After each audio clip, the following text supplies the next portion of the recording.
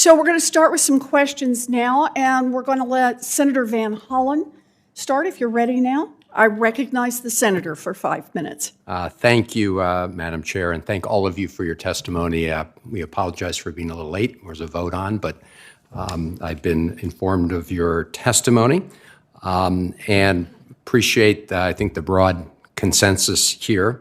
Mr. Holtz-Eakin, if I could start with you. I've respected some of the differences we've had over the years on budget issues, but I do appreciate the unity on this really important point, which is the United States cannot and must not default on its debt and violate the full faith and credit of the United States. You said in the past, nobody should ever contemplate willfully forcing the Treasury to default in this fashion. Anyone who does is unfit for any public office in the United States. Do you stand by that statement? I do. And there's been much talk this time around, as was true years ago, back in 2011, about the idea of prioritizing our debt. And I know we reached out to you to get your views on prioritization of debt. And your response, I believe, was, quote, "It won't work, and we will default. Other than that, it's a spiffy idea." That's correct. You stand by that? I do. Thank you. If I could just ask others on the panel, yes or no, do you agree with the assessment made by Dr. Holtz-Eakin on the question? Meaning spiffy. And it being spiffy. It being a bad idea, other than that, it's a spiffy idea. But do you all agree that the idea of prioritization of the debt is a bad idea? Maybe we can start with Dr. Zandi. Yes, I agree with that. I prefer not to comment on that. It's really not my wheelhouse. Okay.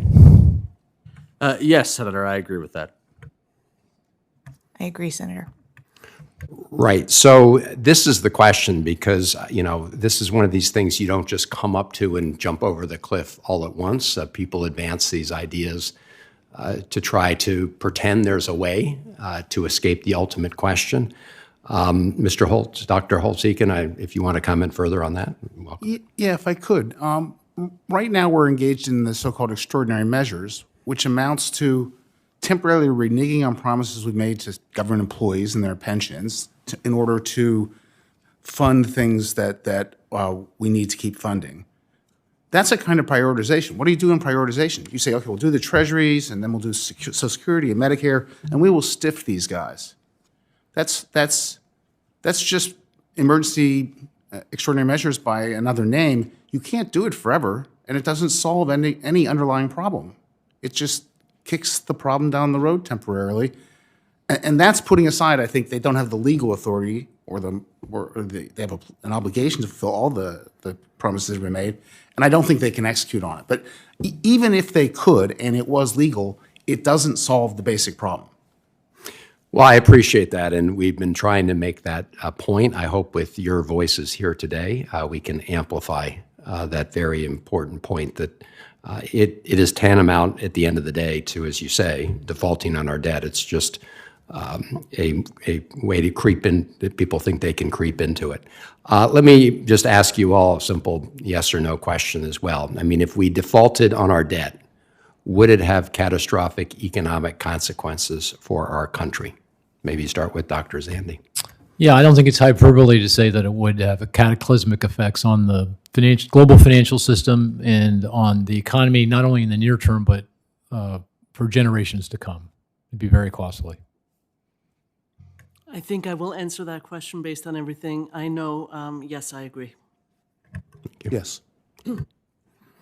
Yes. Yes. Right. So I think I am really glad that Senator Warren had this hearing, because I think clarity is really important at this moment, because there are lots of folks on Capitol Hill who think it's okay to play political games with the debt ceiling and try to impose their particular agenda and threaten to default on our national debt if they don't get their way on that agenda. If maybe just a final yes or no, if you all agree that that is a very not just risky, but irresponsible strategy. Dr. Zandi? Yes, indeed. Yes. Yes. Yes. I agree. Thank you. Thank you, Madam Chair.